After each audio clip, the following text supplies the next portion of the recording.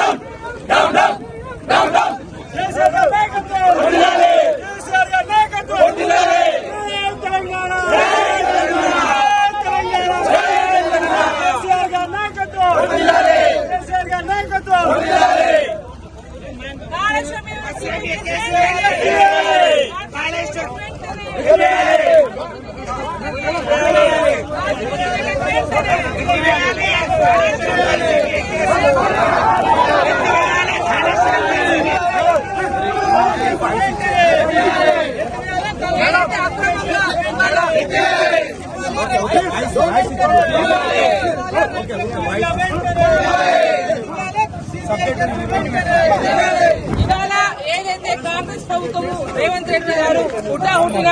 రాత్రిపూట దొంగ లెక్క ఏదైతే తెలంగాణ రాష్ట్రానికి దంపతులు రైతులకు అండగా ఉన్న